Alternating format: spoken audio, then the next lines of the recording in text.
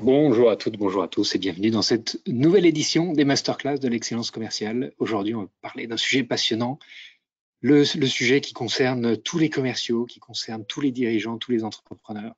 Comment est-ce qu'on gagne en influence? Comment est-ce qu'on augmente sa capacité à convaincre, à enthousiasmer, à faire vibrer?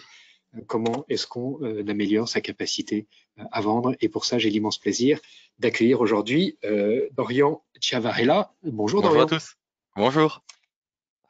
Alors, vous êtes toujours aussi incroyable. La semaine dernière, vous étiez plus de 800 inscrits pour écouter Laurent Combalbert. Alors, Laurent Combalbert, c'est un ancien négociateur du RAID, c'est probablement l'un des meilleurs négociateurs au monde aujourd'hui, qui est négociateur de crise, qui enseigne à HEC, qui a été formé au FBI.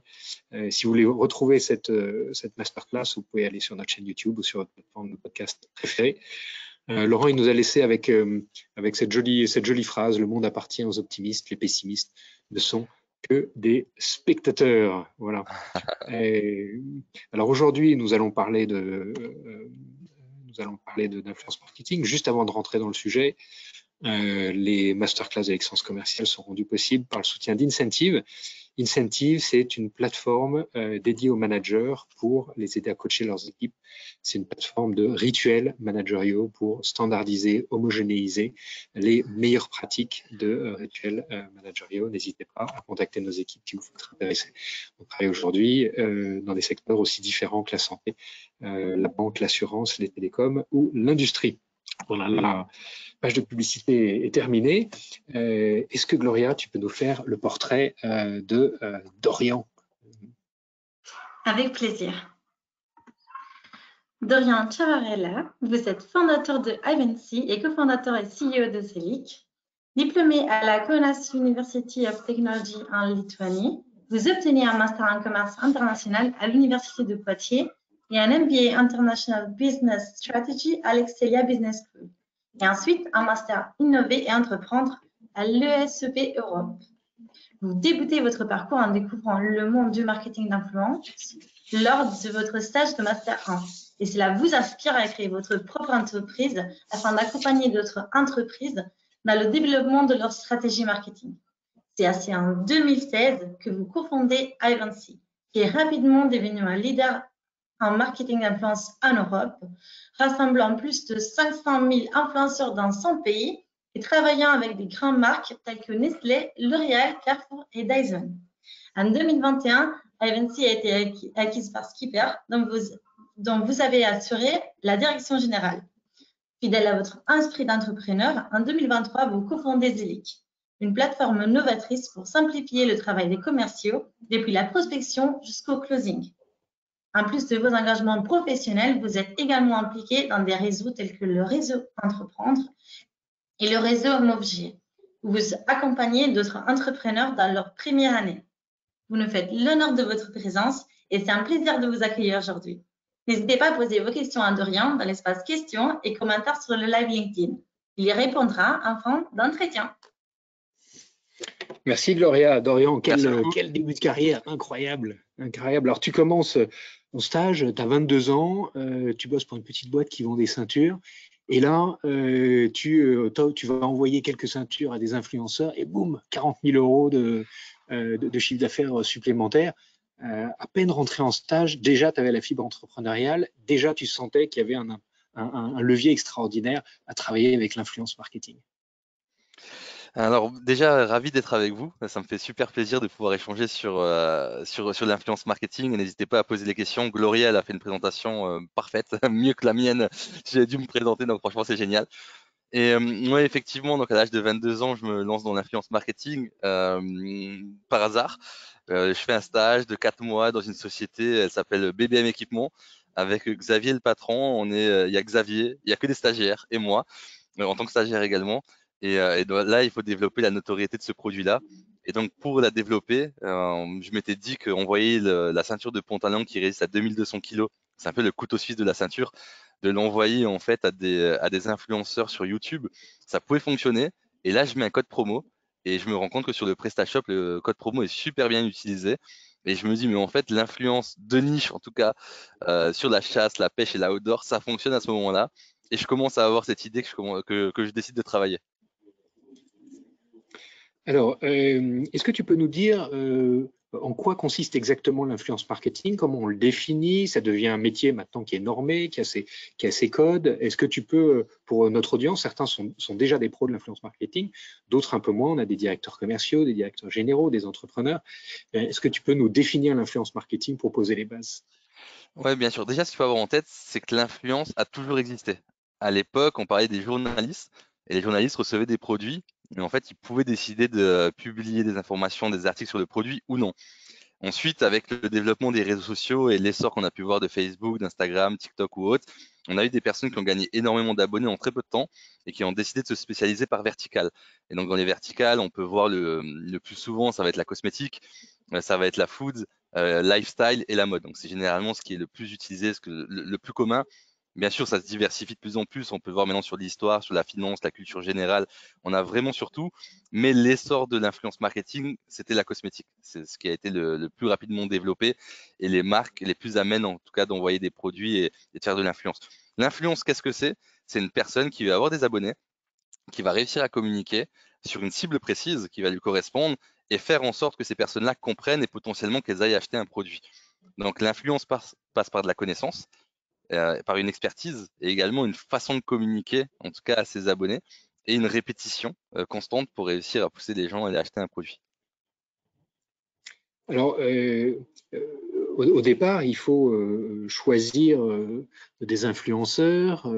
Donc, il y a une première question, c'est comment est-ce qu'on les choisit? Et puis ensuite, quels sont les types de collaborations qu'on peut mener avec ces influenceurs? Alors comment on les choisit? On va regarder différents critères. Premièrement, on va regarder en fait le nombre de followers qu'ils vont avoir. On va regarder la cible qu'ils ont. Donc on va essayer d'identifier dans leurs abonnés, est-ce que c'est des hommes, est-ce que c'est des femmes, la localisation, est-ce que les abonnés ils proviennent de France, d'autres pays, est-ce que les abonnés parlent anglais, parlent français. On va regarder également en fait l'engagement que ces influenceurs vont avoir. Donc on va regarder le nombre d'abonnés, mais aussi le nombre de commentaires et de likes versus le nombre d'abonnés. Est-ce que ces influenceurs ont acheté des abonnés ou non? Est-ce qu'ils ont utilisé des robots ou non? Donc pour ça, il y a énormément d'outils qui peuvent exister. Donc à l'époque, à Evency, quand j'avais la structure, ben, on le mettait en place, on avait un outil d'analyse. On va regarder également par rapport à nos produits, est-ce que l'influenceur correspond? Est-ce que dans sa cible, il a l'habitude de parler de ce type de produit? Donc admettons que moi je suis une marque cosmétique bio, et donc à destination des femmes, je vais regarder dans les influenceurs avec lesquels je vais vouloir travailler, hommes ou femmes, est-ce que la communauté sont plus des femmes que des hommes?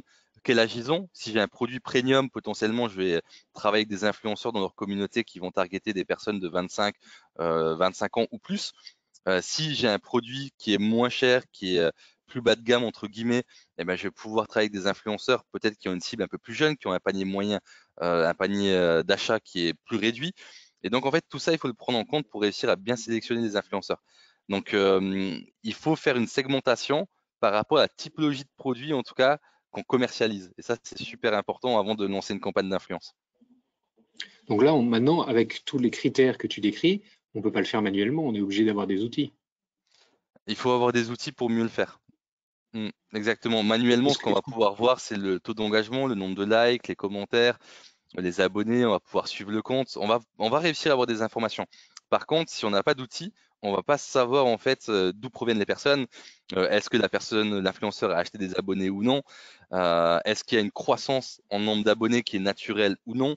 Et donc ça, des outils vont permettre de le faire pour faire le bon choix. Admettons que je cible un influenceur ou une influenceuse de 25 000 abonnés. Si dans ces 25 000 abonnés, elle a 50% de fake, donc 12 500, c'est quand même assez problématique quand je vais faire mon partenariat. Si je rémunère pas à la rigueur, je vais me dire, bon, elle a 12 500 abonnés, j'ai accepté d'envoyer mon produit qui coûte 50 euros, mais si je suis dans un modèle où je vais rémunérer l'influenceur, eh ben, le fait qu'il n'y ait que 50% de vrais followers, c'est quand même une vraie problématique derrière. Parce que potentiellement, en fait, la base d'achat de cette communication, je l'ai acheté sur les 25 000 followers et non les 12 500. C'est pour ça qu'il faut être accompagné en tout cas et se renseigner. D'accord. Donc effectivement, il y a à boire et à manger. Il y a des influenceurs qui sont propres, entre guillemets, qui construisent organiquement leur base de followers. Et puis, il y a des influenceurs qui sont finalement artificiellement gonflés, c'est ça? Exactement. Après, ce qui arrive aussi parfois, c'est que même un influenceur qui n'a pas acheté d'abonnés, il peut avoir des faux abonnés parce qu'avec certains robots qui existent et qui sont automatiques, on va suivre des comptes. Donc ça peut arriver qu'une personne qui a rien demandé, elle a une petite base de faux followers, donc ça peut être 1%, 2%, mais elle y est pour rien. Donc voilà, il faut aussi l'avoir en tête que c'est possible. Et on arrive maintenant à bien détecter les faux followers. On arrive bien à les détecter. On peut même détecter s'ils ont utilisé des robots de follow and follow, donc aller suivre un compte, puis arrêter de le suivre, puis resuivre un compte pour faire en sorte qu'on puisse être vu et d'être suivi. Donc ça, on peut l'analyser également. Alors, quelle est la plus belle campagne ou la plus belle coopération auquel tu es assisté dans ton parcours à la tête de d'Ivancy? C'était le lancement des produits L'Oréal Paris, où on avait fait des collaborations et on avait atteint un reach de plusieurs millions de personnes en seulement 1 mois et demi de campagne. Et on avait fait une collaboration sur plusieurs milliers d'influenceurs qui avaient postulé à ces produits. Si je me rappelle bien, c'était la campagne Bombi.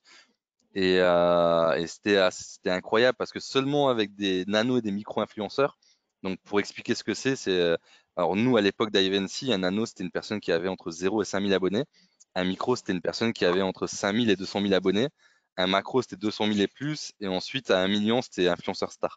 Donc ça c'était notre ranking à nous.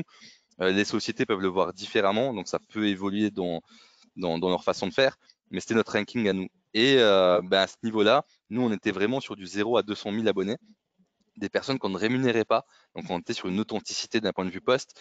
Et on a réussi, avec ces nanos et ces micro-influenceurs, faire une campagne de plusieurs millions de personnes qui ont été touchées, avec un vrai reach, pas seulement un nombre d'abonnés qui était cumulé. Et donc, c'était la campagne la plus successful qu'on avait réalisée. C'était avec L'Oréal Paris. Incroyable. Donc, les nanos, les micros, ensuite, tu disais les deux autres catégories, c'est quoi? Les macros et après les influenceurs stars. Les macros et les stars. OK. En fonction de l'audience d'un influenceur, j'imagine que le pouvoir de négociation avec lui est différent, que le type de collaboration est différent. Quels sont les différents modes de collaboration qu'on peut construire avec un influenceur? Échange produit versus post. Donc, c'est-à-dire qu'on offre un produit contre une publication sur un réseau. Ensuite, ce qu'on peut avoir également, c'est de l'affiliation, c'est-à-dire on va offrir un produit ou un service et en contrepartie, on va mettre un pourcentage de commission sur ce que l'influenceur va réussir à nous apporter. On va avoir un partenariat rémunéré, donc on va se dire, OK, sur cette collaboration-là, ça va être 200 € le post rémunéré. Ensuite, on peut cumuler l'affiliation et le post rémunéré aussi. Donc, ça se voit également. Voilà, c'est les différentes méthodes, en tout cas les plus courantes utilisées aujourd'hui. Et alors, un influenceur, à partir de quelle taille est-ce qu'il commence à devenir professionnel, c'est-à-dire que ça devient son métier ou une partie importante de son activité? Ça varie, ça varie. Par exemple, si je prends un influenceur homme, il va plus rapidement vivre de sa passion plutôt qu'une femme, parce qu'il y a moins d'influenceurs hommes qui sont connus et qui se développent. Donc, admettons un influenceur homme qui a 50 000 abonnés, ça peut valoir une influenceuse femme qui a 150 000 ou 200 000 abonnés. Parce qu'on en trouve moins en tout cas, c'est un peu plus niche. Donc ça, il faut le prendre également en compte. Pour vivre de sa passion, de ce que moi j'avais pu voir auparavant, mais après ça évolue, une personne qui a aux alentours de 75 000, 100 000 abonnés peut commencer à vivre d'un point de vue freelance de sa passion. Ça évolue, hein. Et comme j'expliquais, ça dépend également des niches. Ça va dépendre des thématiques, ça va dépendre de l'économie actuelle. On voit aujourd'hui que sur les partenariats rémunérés, il y a une baisse, en tout cas, où ça se fait plus rare. On se rend compte aussi que sur la télé-réalité, les partenariats diminuent, les montants diminuent, qui gagnent moins leur vie. Donc voilà, il y a énormément de choses à prendre en compte sur l'aspect économique global qui font varier en tout cas le type de partenariat et comment on peut vivre de cette passion-là. Nous, chez Ivancy, à l'époque, on ne poussait pas la collaboration rémunérée. La vision qu'on avait, c'est de se dire on fait un partenariat non rémunéré pour avoir une authenticité sur le poste. Ce qui ne veut pas dire que quand on est payé, on n'est pas authentique, hein. Il y a des influenceurs qui vont être éthiques, authentiques et qui vont choisir les produits en fonction de leur cible pour ne pas publier tout et n'importe quoi. Mais la vision que nous, on avait à l'époque, c'est des partenariats non rémunérés. Et ça dépend des pays aussi, j'ai oublié de le dire, ça dépend des pays, hein. Si on va en Allemagne, les influenceurs qui vont avoir autour de 10 000 ou 15 000 abonnés vont demander à être rémunérés, alors qu'en France, on peut réussir à faire des partenariats avec des personnes non rémunérées qui ont 50 000 abonnés. Donc voilà, ça dépend également des pays et de la maturité de l'influence marketing. Ok. Quels sont les critères qu'il faut prendre en compte avant de sélectionner des influenceurs? Si, alors, j'imagine que là, on a une approche plus artisanale, on va dire, pour ceux parmi l'audience, parmi ceux qui nous écoutent, qui ne sont pas encore des grands pros de l'influence marketing, qui n'ont pas encore adopté d'outils pour développer leur influence marketing. Peut-être qu'ils sont sur des sujets un peu plus niches ou des sujets B2B où l'influence marketing est encore moins mature. Comment est-ce qu'on démarre? Comment est-ce qu'on choisit son influenceur? Quels sont les conseils que tu peux leur donner? Alors pour choisir l'influenceur, on va regarder le type de publication que l'influenceur a l'habitude de faire. On va regarder est-ce que sa communauté va être engagée ou non sur les posts. On va regarder les commentaires. On va regarder également est-ce qu'il y a déjà eu un bad buzz sur cet influenceur-là ou non. Est-ce qu'on a des risques à travailler avec cet influenceur-là? La façon de communiquer de l'influenceur, est-ce qu'elle correspond à mon image de marque tout simplement en tant que société? Et ça, c'est équivalent que ce soit sur du B2C ou du B2B, hein. Aujourd'hui, on voit un essor d'influenceurs sur LinkedIn, par exemple, donc sur du B2B.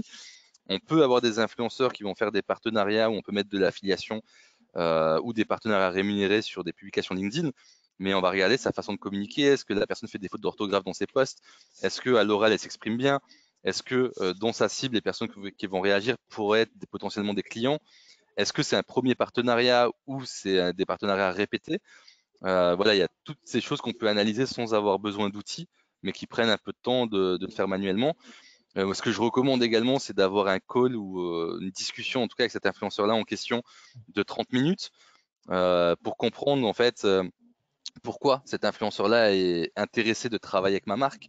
Voilà, quel que soit le secteur d'activité, c'est hyper important voilà, d'avoir un retour d'expérience. Est-ce que c'est juste une envie monétisée ou est-ce que derrière, en fait, il y a un vrai intérêt sur le produit où je me dis que l'influenceur va pousser au maximum cette communication-là parce qu'il aime bien le produit, il est utilisateur. Voilà, donc ce qu'on cherche, c'est également des utilisateurs du produit.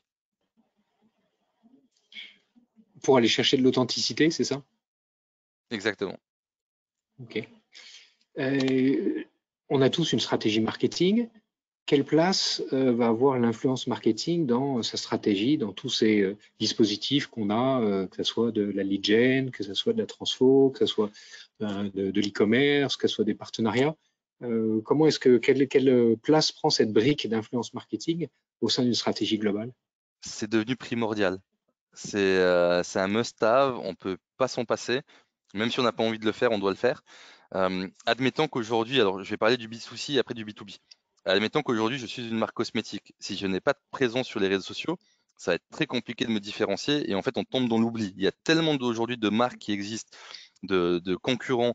Donc, il faut réussir à se faire une place, il faut développer une image de marque et il faut passer par des influenceurs pour véhiculer des valeurs et bien les sélectionner justement. Donc, en fait, si on ne le fait pas, on tombe dans l'oubli parce que toutes les autres marques vont être beaucoup plus mises en avant que la nôtre. Et on sait aujourd'hui sur les études qu'on a pu réaliser à l'époque, ça a peut-être évolué, qu'une personne achète un produit quand elle a vu passer le produit de 7 personnes différentes. Et ça, c'est aussi game changer, et c'est pour ça qu'il faut faire de la masse et cumuler le nombre de partenariats qu'on doit réaliser. Il ne faut pas enlever la qualité, hein, mais il faut avoir également de la quantité. Si je vais maintenant sur le B2B, aujourd'hui, la nouvelle façon de vendre également pour le B2B, ça va être les publications sur LinkedIn, la répétition des publications, l'audience qu'on va toucher, la tournure des phrases qu'on va mettre en place, comment on va vendre son produit, qui va faire l'influence marketing pour nous pour communiquer sur le produit, qui va le tester. On peut voir que les algorithmes changent également constamment. Ça peut être de la vidéo. Aujourd'hui, c'est un selfie qui va fonctionner plus qu'autre chose. Demain, ça peut être une nouvelle technique d'approche avec un carrousel, qui était le cas il y a peut-être 3 mois, mais qui a changé depuis. Et donc, en fait, même sur LinkedIn aujourd'hui, sur du B2B, il faut faire de l'influence parce que ça fait faire de la vente. Et on s'en rend compte assez rapidement quand on communique sur les réseaux. Je vais vous donner l'exemple de Zelic, ma nouvelle société que j'ai lancée. On a communiqué sur la levée de fonds des 5 millions d'euros qu'on a fait en pré-seed. On a communiqué sur LinkedIn. J'ai fait 2 posts. Ça m'a fait 350 000 vues. Sur les 350 000 vues, j'ai eu à peu près 1000 sociétés qui se sont inscrites sur ma bêta avec 2 posts. Et donc, on se dit, j'ai 1000 clients potentiels en fait qui sont intéressés par Zelic. Et donc, on voit aujourd'hui que l'influence sur LinkedIn prend le pas et qu'on doit également s'y mettre et réussir à se différencier et à communiquer. Donc en B2B, ça marche aussi. Comment est-ce qu'on gère l'authenticité et la transparence dans les campagnes d'influence marketing? Premièrement, pour la transparence, on peut dire que c'est un post sponsorisé ou un produit reçu gratuitement, donc on va le mentionner. C'est légal maintenant? Il y a des obligations ou c'est au bon il y a vouloir des, de chacun? non, il y a des obligations. Après, ça varie en fonction des pays, mais il y a des Oui. obligations de communication, il faut le faire. Donc, on peut dire produit reçu gratuitement, post sponsorisé, ou tout simplement, si je le fais gratuitement, je peux le dire, ben voilà, je suis hyper intéressé, il n'y a pas de sponsoring derrière, j'adore la marque, et ça arrive parfois et j'ai envie de la mettre en avant parce que j'ai eu une bonne expérience avec le produit ou avec le support client ou autre. Ça peut arriver, c'est un peu plus rare, hein, mais quand on réussit à avoir ça, c'est incroyable. Mais il faut de l'authenticité, et de toute façon, aujourd'hui, on n'est plus dupe. On le sait, ça se ressent, ça se voit, on peut le voir dans les commentaires, donc il faut le mentionner.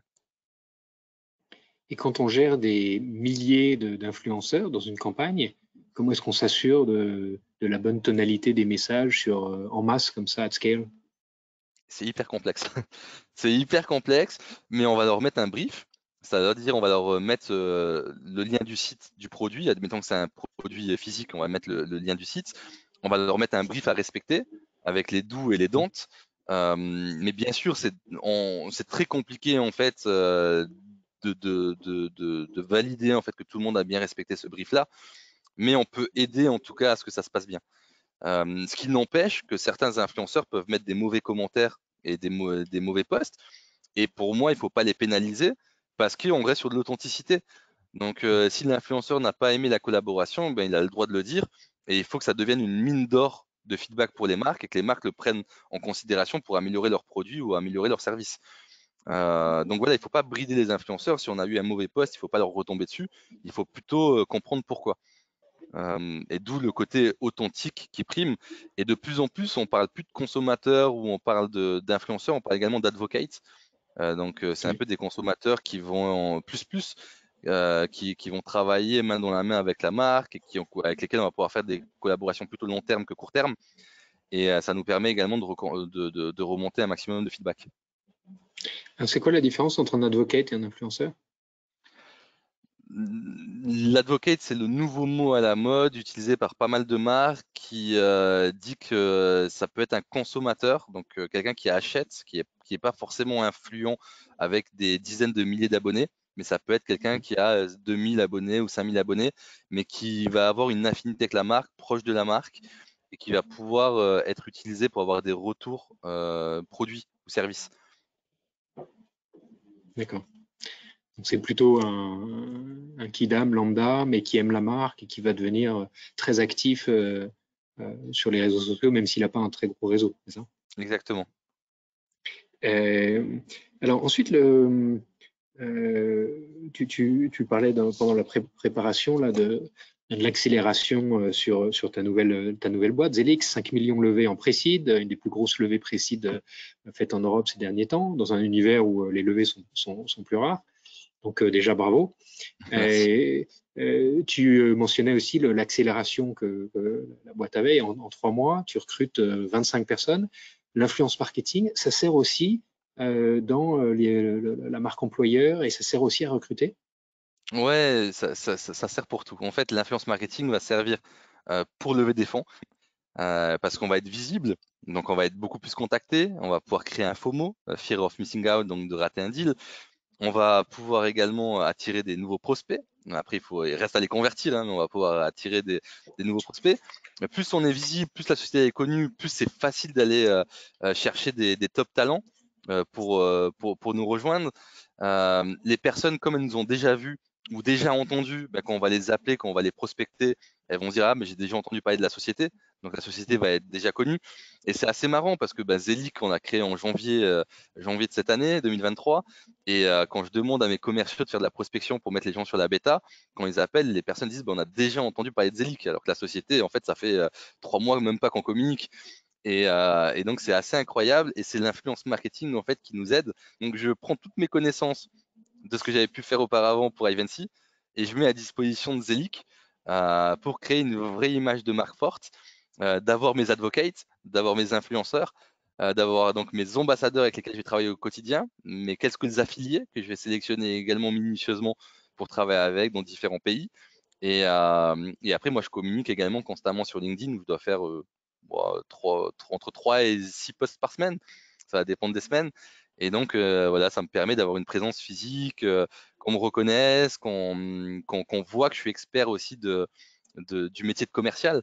Parce que j'étais expert de l'influence marketing, mais dans Ivancy, on a fait 7 millions d'ARR en très peu de temps, avec 90% du cold calling, c'était que de la vente via de l'appel à froid. Et donc cette expérience-là, je la remets à disposition et je recommunique justement sur certains succès qu'on a pu avoir. Si je peux appeler ça des succès, je les mets quand même entre guillemets, mais qui avaient bien fonctionné en tout cas. Est-ce que tu utilises Ivancy pour ton nouveau projet? Ouais, j'aimerais bien, mais Ivancy n'était pas sur le B2B. Ah oui. Oui. Est-ce que c'est très différent? Donc, on a pas mal dans notre communauté, pas mal d'acteurs B2B. Hein, est-ce que c'est finalement très différent? Est-ce qu'en B2B, on a aussi besoin d'outils où on peut se débrouiller comme toi aujourd'hui, à la mano, on va dire, avec toute l'efficacité qu'on voit sur ton nouveau projet? Il y a des outils qui vont permettre d'analyser sur YouTube. Sur LinkedIn, il en existe également, mais c'est un peu plus complexe. Mais sinon, manuellement, ça reste assez facile parce que par secteur d'activité, on peut repérer les personnes les plus influentes ou qui communiquent le plus. Et après, on peut rentrer en contact avec. Ça se développe depuis très peu de temps, hein, l'influence B2B sur LinkedIn. On le voit passer depuis moins d'1 an, peut-être 2-3 ans aux États-Unis. De toute façon, on est souvent en retard par rapport aux États-Unis de quelques mois ou quelques années. Mais ça arrive fortement. Et là, je vois de plus en plus de partenariats rémunérés sur LinkedIn, en tout cas. Et même moi, j'ai une petite anecdote. C'était il y a 2 ans. Il y a 2 ans, je reçois un colis de Celio, donc marque de vêtements.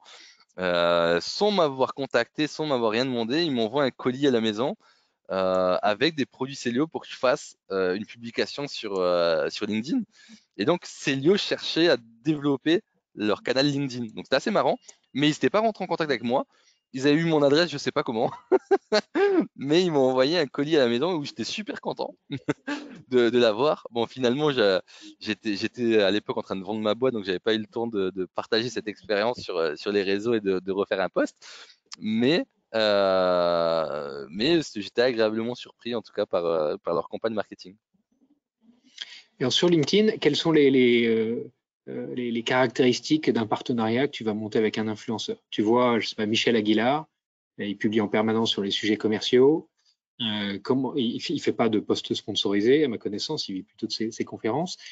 Comment est-ce qu'on structure un partenariat sur LinkedIn en B2B? On contacte la personne, on lui explique notre produit, on voit si le produit, s'il y a un intérêt, si la personne se sent à l'aise pour communiquer, pour faire un post dessus, une vidéo. Et ensuite, on peut définir un pourcentage d'affiliation. Donc, ça peut être 5%, 10%, 15%, 20%. On définit une temporalité sur l'acquisition. Est-ce que c'est 6 mois d'abonnement, 12 mois d'abonnement, en fonction du panier moyen qu'on va avoir? Est-ce qu'on est prêt à perdre, entre guillemets, hein, parce que ça nous apporte du chiffre d'affaires, mais prêt à perdre d'un point de vue ROI? Et une fois que la négociation est terminée, on le met en place, on met un lien traqué et après on peut gérer. Il y a également des sociétés spécialisées sur l'affiliation où on peut manager les personnes dessus, comme je crois que c'est Tapfiliette ou il y avait une deuxième société. Moi, je vais vous dire ça tout de suite. Je vais regarder.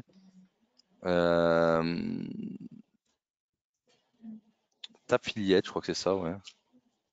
Ou Tapfiliation, je sais plus. Bon, il faudrait regarder, mais il y a des sociétés en tout cas expertes dessus. Ma directrice marketing, elle pourrait mieux répondre que moi à cette question-là. Pour finir, parce qu'on arrive déjà à la fin de cette demi-heure, quelles sont les grandes tendances que tu vois, que tu observes sur le marché et est-ce que notamment l'IA générative a un impact sur le métier de l'influence marketing? Quelles sont les grandes tendances que tu vois venir? L'IA va avoir un impact parce qu'aujourd'hui, on peut créer des photos avec l'IA, on peut créer des textes avec l'IA, on peut améliorer son rythme de post grâce à l'IA. Après, il faut que l'IA reste personnalisée. Si on voit que c'est un robot, on va perdre de l'engagement. Donc, il faut que ce soit bien fait. Mais c'est vrai que ça a tendance à évoluer et je pense que ce qu'on connaît aujourd'hui de l'influence marketing ou du métier du commercial ne sera plus du tout la même chose d'ici 12 à 18 mois. Donc voilà, il va falloir réussir à s'adapter. Je pense que c'est bien parce que ça va permettre, si on le prend en main, d'être beaucoup plus efficace. Mais voilà, mon point de vue, en tout cas, c'est que tout est en train de changer, qu'il faut se mettre à la page pour réussir à se différencier et à optimiser, en tout cas, son taux de performance. L'influence marketing, ça fait déjà quelques années que ça évolue. Donc ça va changer sur les réseaux. Il y a des réseaux moins influents que d'autres. On a vu un essor de TikTok pendant le Covid qui s'est de plus en plus développé, où les influenceurs sont moins rémunérés alors qu'ils ont une audience beaucoup plus élevée. Est-ce qu'il y a un nouveau réseau social qui va arriver? Certainement. Est-ce qu'il y a eu une baisse de l'engagement sur Instagram via l'algorithme? On le voit. LinkedIn, c'est un peu de nouvel essor sur l'influence B2B. Combien de temps ça va durer? Je ne sais pas. Est-ce qu'il y a des pods aujourd'hui qui existent, qui permettent de mettre des commentaires automatiques? Ça existe, qui permet d'améliorer le reach, mais combien de temps ça va durer? Il faut voir également. Alors, voilà, en tout cas, on voit qu'aujourd'hui, il y a des nouvelles startups et des nouvelles solutions qui se lancent pour essayer de booster l'influence marketing en général, mais il faut que ce soit bien fait, il ne faut pas que ça pénalise en tout cas les utilisateurs. Il faut rester quand même à l'affût parce qu'on peut être ban de LinkedIn. En toute transparence, moi j'avais utilisé un jour un robot, j'avais été ban de LinkedIn, j'avais écrit à LinkedIn, voilà, j'ai fait un test, est-ce que vous pouvez me remettre dessus? Bon, ils ont accepté de me remettre dessus, mais voilà, il faut faire attention, ça peut arriver, donc en fonction des outils qu'on va utiliser. Mais moi, ce que je recommande, c'est de travailler cette stratégie d'influence sur LinkedIn ou sur les autres réseaux en fonction de la thématique de produit qu'on peut avoir, mais ça devient un must-have. C'est une obligation de le faire aujourd'hui si on veut se différencier. Il y a même des sociétés avec 0 € de budget juste avec LinkedIn aujourd'hui sur le B2B qui réussissent à changer leur taux de transfo et la trajectoire de leur boîte. Donc voilà une belle promesse. Un immense merci Dorian. Pour aller plus loin, bien sûr, Merci à toi. le LinkedIn de Dorian sur lequel vous avez plein d'infos patientes, ton Instagram également, Dorian Chiava sur Instagram. Le blog de ta nouvelle boîte Zelic pour aider les commerciaux depuis la prospection jusqu'au closing, simplifier et automatiser tout le processus de vente. Ça va faire beaucoup de bruit, ça fait déjà beaucoup de bruit, ça va en faire encore plus dans les mois à venir. Donc, allez voir zelic.com et notamment le blog avec plein de contenus passionnants. L'influence marketing, stratégie des marques avec les influenceurs de Camille Jourdain et de Guillaume Doquitonon. Guillaume Doquitonon qui est un des concurrents d'Ivancy, qui a monté Rich. Qui est un ami aussi. Et je discute avec Guillaume cet après-midi en plus. Eh bien, écoute, merveilleux, on le salue, on le salue. Il se trouve que moi je suis au board de Décuple, qui est la société qui a acheté, enfin, qui est intervenu au capital de Rich. Le guide de marketing d'influence, Frédéric Abécassis, Emmanuel Carré, Mathieu Delaherche. The Hard Thing About Hard Things de Ben Horowitz, ça c'est plus un bouquin d'entrepreneuriat. Et puis The Influencer Code d'Amanda Russell, How to Unlock the Power of Influencer Marketing, un bouquin en anglais. Voilà. Et puis un dernier, No Rules, Netflix and the Culture of Reinventation de Reed Hastings et Erin Mayer, le TEDx de Rachel David sur les influenceurs et comment les influenceurs ont transformé le marketing direct. Voilà, beaucoup de lectures, beaucoup de vidéos pour l'été, puisque on va faire une pause au mois d'août.